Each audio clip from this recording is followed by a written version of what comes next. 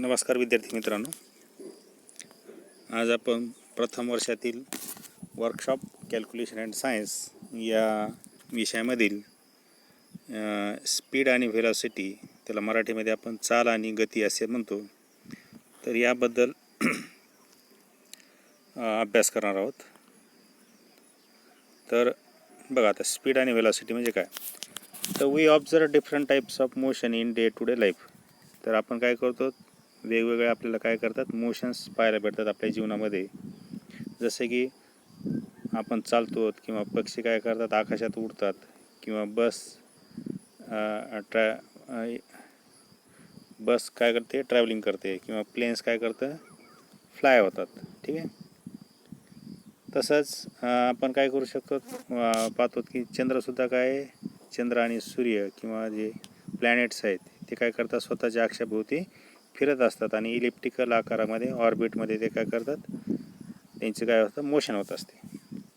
तसंच water flowing in a river, नदीमधलं पाणी जे वाहत आहे, किंवा रेनड्रॉप्स हवेतून पडतात, किंवा वारा वाहतो, तर या प्रत्येकाला काय एक प्रकारची एक मोशन आहे, गती आहे, स्पीड आहे. We find that motion is common in all this occurrences. ह्या प्रत्येक ठेच्यामध्ये काय गती तुमची आहे. The forces acting on a body and nature of motion produced by them form the subject of this lesson. तर पदार्थ गतीमध्ये असताना त्याच्यावर कार्य करणारे बल आणि त्याच्यामुळं होणारे, त्याच्यामध्ये मोशनमध्ये होणारे बदल, गतीमध्ये होणारे बदल, हे आपल्याला काय करायचे, ह्या धड्यामध्ये काय करायचे, अभ्यासायचे. त्यासाठी पहिली व्याख्या आपली रेस्ट. रेस्ट म्हणजे काय, आराम. तर body is said to be in rest. पदार्थ स्थिर अवस्थेत केव्हा म्हणायचं, when it remains in the same position. जर तो त्याच पोझिशनमध्ये असेल, विथ रेस्पेक्ट टू टाईम, काळानुसार तो पदार्थ त्याच पोझिशनला असेल, तर त्याला काय म्हणायचं, पदार्थ विराम अवस्थेमध्ये आहेत. सपोज समजा हा एक पदार्थ आहे काहीतरी आपला, आणि काय, हा जर आपली जागा बदलत नसेल, तर हा काय म्हणायचं, रेस्ट आहे असं म्हणायचं, विराम अवस्थेत आहे. ठीक आहे, आराम करीत आहे असं समजायचं. ठीक आहे.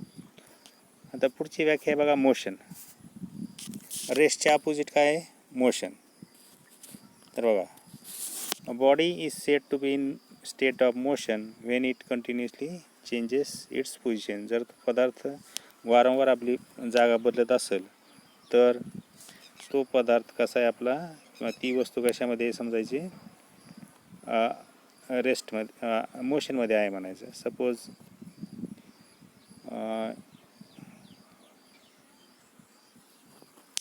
सपोज हे एक ऑब्जेक्ट आहे. ठीक आहे. आणि ऑब्जेक्टला काय केलं आपण, असं फोर्स दिला, तर पदार्थाचं काय होईल, आपलं डिस्प्लेसमेंट होईल. म्हणजे पदार्थ आपली जागा बदलत असेल, तर पदार्थ कशामध्ये म्हणायचं, मोशनमध्ये आहे असे म्हणायचं. आता बघा, या ठिकाणी काय लिहिलं मराठीमध्ये, एखाद्या बिंदूच्या सापेक्ष म्हणजे एखाद्या पॉईंटच्या रिलेशनमध्ये जर पदार्थ आपली जागा सोडत नसेल, तर तो कसा आहे म्हणायचं, विराम अवस्थेत आहे. जर पदार्थ एखाद्या निश्चित बिंदूच्या सापेक्ष आपली जागा ठराविक काळात बदलत असेल, तर तो कशामध्ये म्हणायचं, गतिमान अवस्थेमध्ये आहे असे म्हणायचं. तर या ठिकाणी समजा ऑब्जेक्ट आहे, ऑब्जेक्टला काय केलं तुम्ही, मोशन दिली, आणि मोशनमुळं काय केलं, पदार्थाने आपली जागा बदलली. ठीक आहे. तर हा पदार्थ कशामध्ये म्हणायचं, मोशनमध्ये आहे असं म्हणायचं. आता या पॉईंटच्या रिलेटेडमध्ये, या जागेच्या रिलेटेडमध्ये या पदार्थाने काय केली, आपली जागा बदललेली आहे. त्याला म्हणायचं पदार्थ कशामध्ये, मोशनमध्ये आहे असे म्हणायचं. आता मोशनचे वेगवेगळे प्रकार आहेत. कोणकोणते प्रकार आहे बघा.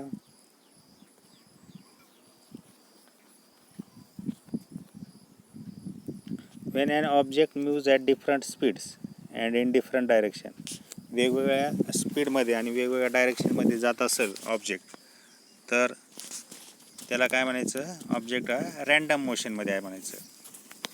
म्हणजे तिची जी मोशन आहे ती निश्चित नाही, अशी रँडम नाही.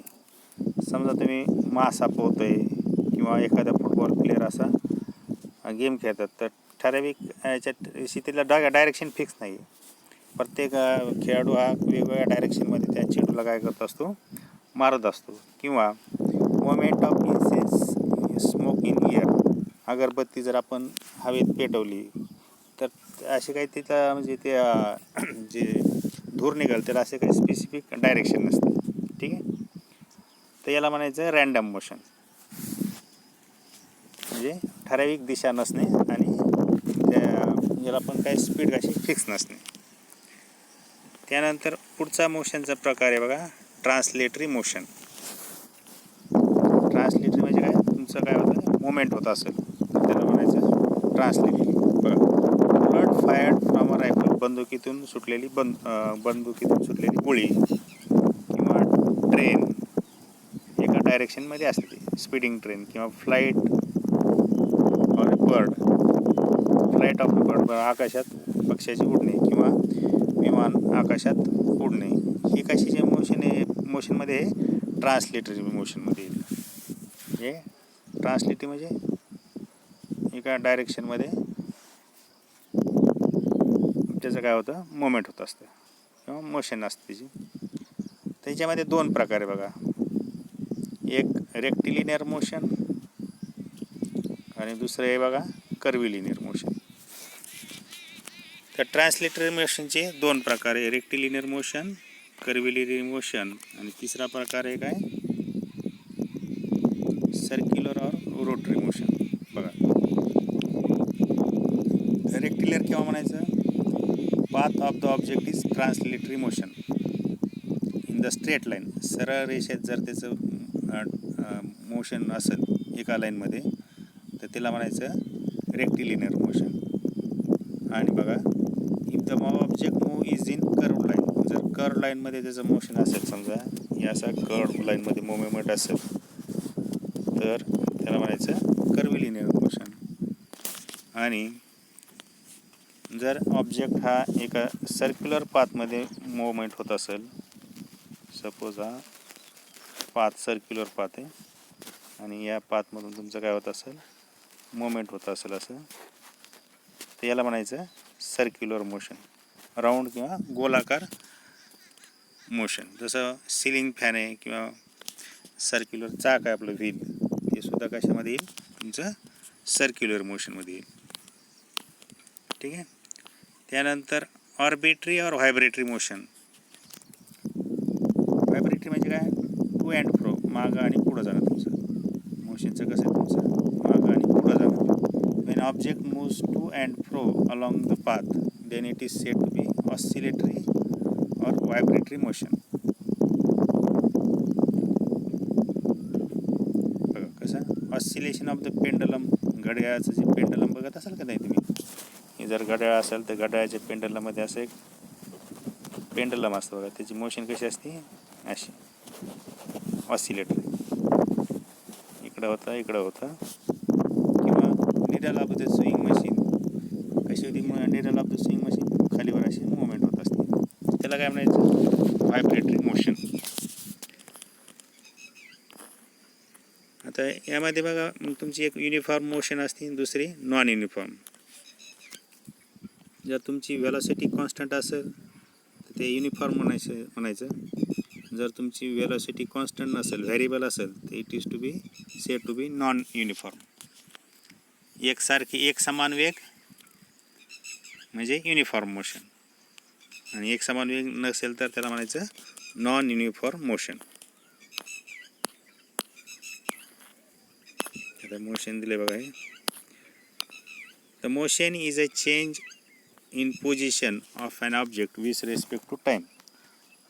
मोशन म्हणजे काय, ऑब्जेक्टची पोझिशन बदलणे. आता बघितलं होतं आपण की ऑब्जेक्ट आपली जागा बदलत असेल एका ठराविक काळामध्ये तर त्याला काय म्हणायचं, मोशनमध्ये आहे असं म्हणायचं.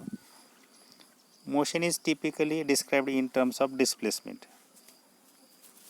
distance, velocity, acceleration, time and speed. तर मोशनचं तुमचं डिस्प्लेसमेंटमध्ये होतं, डिस्क्राईब केलं जातं, किंवा डिस्टन्समध्ये, किंवा व्हेलॉसिटीमध्ये, किंवा ॲक्सेलरेशन आणि स्पीड.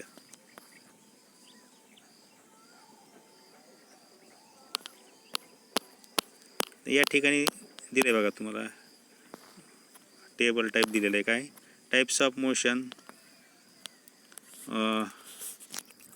तर ट्रान्सलेटरी मोशनमध्ये रेक्टिलिनियर मोशन, सर्क्युलर मोशन, त्यानंतर rotary motion, oscillatory motion, vibratory motion. त्या प्रत्येकाची माहिती बघू आपण. तर translatory motion, when object moves in a such way that every point of the object moves in the same distance in same time. बघा आता translatory motion, then object is said to be translatory motion. When object moves in a such way that every point of the object moves the same distance in same time. म्हणजे ठराविक काळामध्ये ठराविक अंतर कापू नये. ठराविक काळामध्ये ठराविक अंतर काय, समजा मिनिटाला काहीतरी तासाला 30 किलोमीटर जात असेल, 40 किलोमीटर जात असेल, तर ते ठराविक अंतर असेल आणि त्याच काळात जात असेल तर त्याला काय म्हणायचं, ट्रान्सलेटरी मोशन. तर ट्रान्सलेटरी मोशनचे आपण प्रकार बघितले होते. एक रेक्टिलिनियर मोशन, म्हणजे ऑब्जेक्टचं मुवमेंट कशामध्ये होईल, एका स्ट्रेट लाईनमध्ये होईल. आणि कर्व्हिलिनियर मोशन, जर ऑब्जेक्टचं मुवमेंट कसं असेल तुमचं कर्ड पाथमध्ये असेल तर बघा. ठीक आहे. या ठिकाणी कार कशी झाली तुमची, ही कार स्ट्रेट चालली आणि ही कार कशी तुमची रेक्टिलिनियर अँग्युलर मुवमेंट किंवा कर्व्हिलिनियर मुवमेंटमध्ये त्यात वळणाकार आकारात चाललेली आहे. त्याचप्रमाणे रोटरी मोशन, जर ऑब्जेक्ट आपण मूव्ज अराउंड द सेंटर और ठराविक ॲक्सिसमध्ये जर मुवमेंट होत असेल, रोटेशन होत असेल, तर त्याला म्हणायचं रोटरी मोशन. पंखा आहे, भवरा आहे, हे काय करतं, स्वतःच्या ॲक्सिस भोवती काय करत असतं, फिरत असतो, त्याला म्हणायचं रोटरी.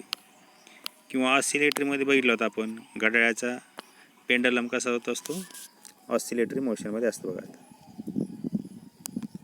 अशी या पद्धतीने तुमची घड्याळाच्या काट्याची मुवमेंट होत असते. किंवा व्हायब्रेटरी मोशन, बघा या ठिकाणी गिटार वाजतो आपण.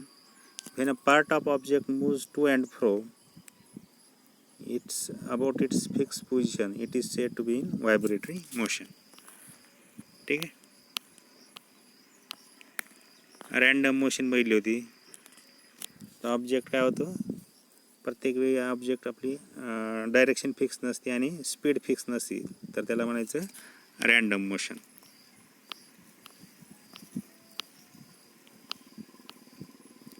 Multiple motion, when object possess more than one motion at the same time, it is in multiple motion. ठीक आहे. जसं खड्डे आलं की आपण काय करतो, थोडा स्पीड कमी करतो. जर रस्ता मोकळा दिला तर स्पीड काय करते आपली, वाढली जाते. त्यानंतर पिरियडिक मोशन, जर ऑब्जेक्ट आपली तीच मोशन रिपीट करत असेल at fix interval of time, then it is said to be in periodic motion. तर पंख्याची स्पीड कशी असते तुमची, कॉन्स्टंट असते. किंवा झोका देताना आपण झोका दिला की परत त्या पोझिशनला काय येते, ती आपला झोका ठराविक काळाने ठराविक पॉईंटवर येतो. नॉन पिरियडिक मोशनमध्ये बघितलं होतं आपण की फुटबॉल खेळताना किंवा रँडम मोशन म्हणता येईल त्याला. त्याचप्रमाणे रोलिंग मोशन, रोटरी मोशन, जर ऑब्जेक्ट गोल फिरत असेल तर त्याला काय म्हणतो आपण, रोटरी मोशन. या ठिकाणी ड्रिल मशीन होत आहे, तर ड्रिल जे फिरणं आहे ते रोटरी मशीनमध्ये येऊन जाईल. युनिफॉर्म मोशन,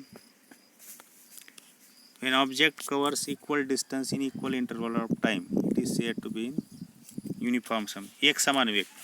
एका ठराविक काळामध्ये पदार्थ ठराविक अंतर कापत असेल तर त्याला म्हणायचं युनिफॉर्म मोशन.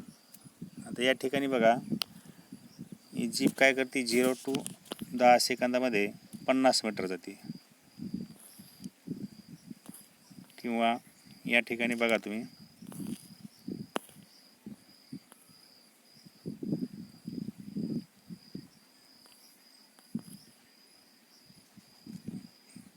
पहिल्या 2 सेकंदामध्ये 4 मीटर, दुसऱ्या 2 सेकंदामध्ये 8 मीटर, तिसऱ्या 2 सेकंदामध्ये 12 मीटर या लाल कारचं काय होतं, ट्रॅव्हलिंग होतं. म्हणजे प्रत्येक 2 सेकंदाला गाडी किती जाते तुमची, 4-4 मीटर अंतर जाते. म्हणजे स्पीड कशी तुमची, मोशन कशी आहे, युनिफॉर्म, एक समान.